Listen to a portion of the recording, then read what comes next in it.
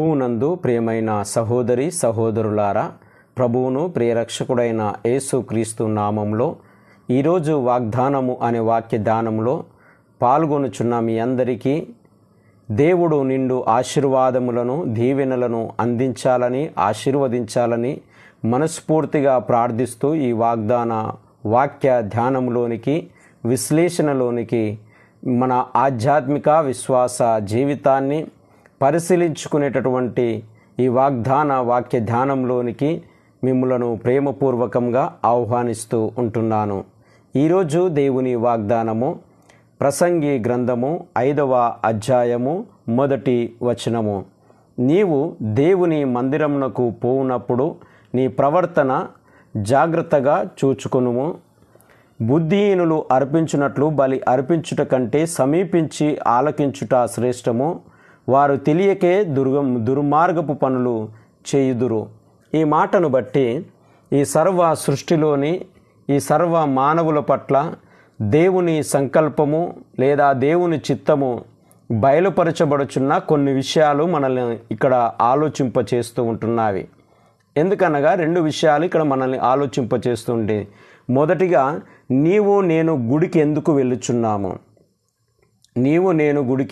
ఎందుకు వెళుచున్నాము.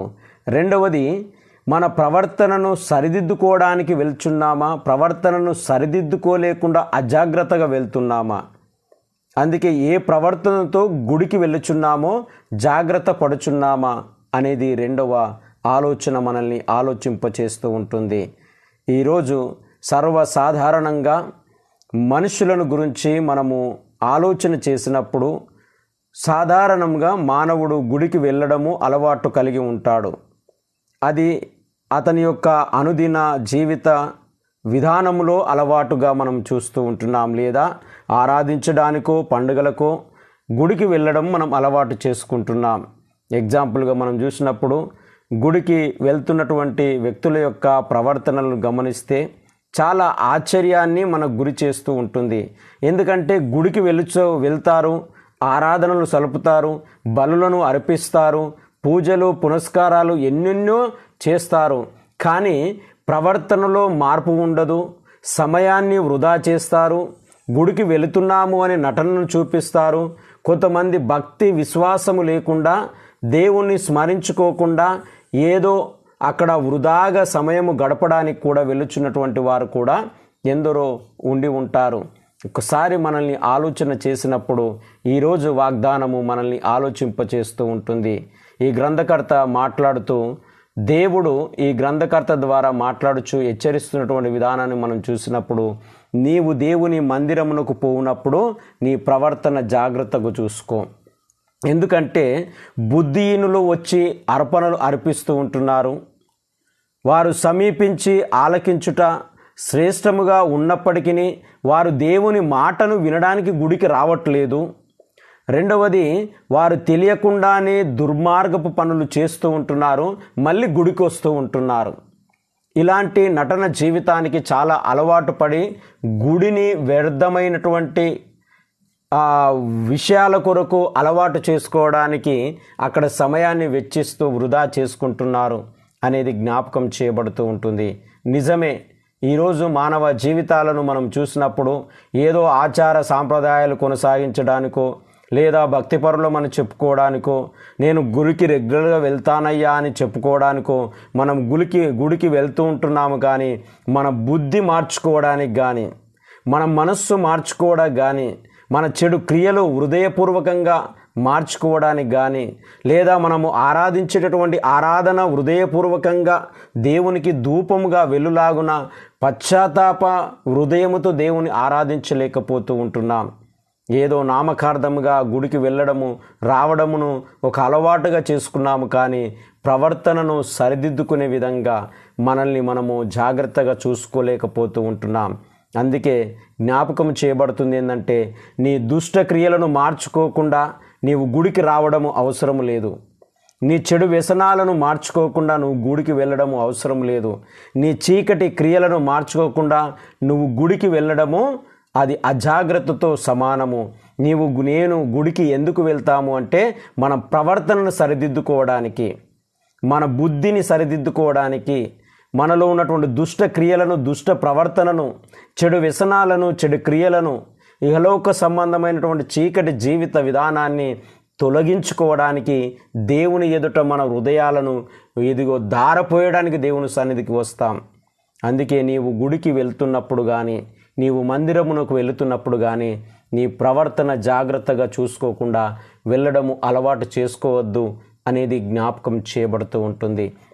ఈరోజు ఒక లక్ష్యం కొరకు గుడికి వెళ్ళండి, ఒక ఆలోచన కొరకు గుడికి వెళ్ళండి. ఈరోజు ఒక దీవెనను, ఒక ఆశీర్వాదము ఒక వ్యక్తిని బాగు చేయడానికో, ఒక వ్యక్తిలో నూతనత్వమును తీసుకురావడానికో, లేదా ఒక వ్యక్తికి మాదిరిగా బ్రతుకుతానని విశ్వాసముతో దేవుని ఎదుట మనల్ని మనం సరిదిద్దుకోవడానికో గుడికి వెళ్ళడము అలవాటు చేసుకోవాలనేది జ్ఞాపకం చేయబడుతూ ఉంటుంది. మనము ఎన్ని భక్తిపరులముగా చెప్పుకున్నా, ఎన్ని అర్పణలను అర్పించినా, ఎన్ని ప్రార్థనలు చేసినా, ఎన్ని బలులను చేసినా, ఎన్ని బలులను అర్పించినా మనల్ని మనం మోసం చేసుకుంటున్నామే తప్ప వీటి ద్వారా విమోచన, విడుదల, పశ్చాత్తాప హృదయమును కలిగి లేనట్లయితే మనము అజాగ్రత్తగానే గుడికి వెళ్ళుచున్న వారితో సమానముగా ఉంటున్నామనేది జ్ఞాపకం చేయబడుతూ ఉంటుంది. కాబట్టి ఉదయకాల సమయంలో దేవుని గుడికి వెళ్ళుచున్నటువంటి ప్రతి ఒక్కరము, మనము జాగ్రత్త ప్రవర్తనను సరిదిద్దుకోవడానికి వెళ్తున్నామా, నిర్లక్ష్యముగా జాగ్రత్త లేని వారిగా దేవుని మందిరానికి వెళ్తున్నామా? ఎందుకు మనం గుడికి వెళ్తున్నాము? ఎందుకు దేవుని దగ్గరికి వెళ్తూ ఉన్నాము? ఎందుకు భక్తి విశ్వాసములను ప్రదర్శిస్తూ ఉంటున్నాము అని ఆలోచన చేయవలసిన అవసరం ఎంతైనా ఉంది అని జ్ఞాపకం చేయబడుతూ ఉంటుంది. ఇక్కడైతే దేవుని వాక్యము ఏమని జ్ఞాపకం చేస్తుందంటే, మన ప్రవర్తనను సరిదిద్దుకోవడానికి మనం దేవుని మందిరానికి వెళ్ళాలి, దేవుని స్మరించుకోవాలి అనేది జ్ఞాపకం చేయబడుతూ ఉంటుంది. దేవుడి మాటలు దీవించి ఆశీర్వదించును గాక. పరిశుద్ధుడా, ప్రేమగల తండ్రి, మహోన్నతుడా, ఉదయకాల సమయమును బట్టి మీకు స్తుతులు స్తోత్రములు చెల్లిస్తూ ప్రార్థిస్తూ ఉంటున్నాం. నిజమే ప్రభువా, అనేకులము మందిరాలకు వెళ్ళుచున్నటువంటి వారముగా ఉంటున్నాం. మేమే భక్తిపరులం అన్నట్లు బలులను, అర్పణలను, కానుకలను చెల్లిస్తున్నటువంటి వారముగా ఉంటున్నాము. కానీ మాలో భక్తి విశ్వాసము, మా ప్రవర్తన సరిదిద్ది, మా మనస్సును మార్చుకొని మా బ్రతుకులను, మా ప్రవర్తనను సరిదిద్దుకునేటటువంటి ఆ సుగుణ లక్షణాలు మేము లేనివారుగానే నీ మందిరానికి వస్తున్నామేమో, మమ్మల్ని మేము పరిశీలించుకోవడానికి ఈ వాగ్దానం మా ముందు ఉంచినందుకు మీకు వందనాలు చెల్లిస్తూ ఉంటున్నాం. భక్తిహీనుల వలె అర్పించకుండా సమీపించి ఆలకించి నీ మాటల ద్వారా సరిదిద్దబడేటటువంటి కృపను మాకు దయచేయమని ప్రార్థిస్తూ ఉంటున్నాం. మా దుర్మార్గపు క్రియలనన్నిటినీ మాలో నుంచి తీసివేసేటటువంటి భక్తి విశ్వాసములు నీ యందు ప్రదర్శించుటకు సహాయం చేయమని ప్రార్థిస్తూ ఉంటున్నాం.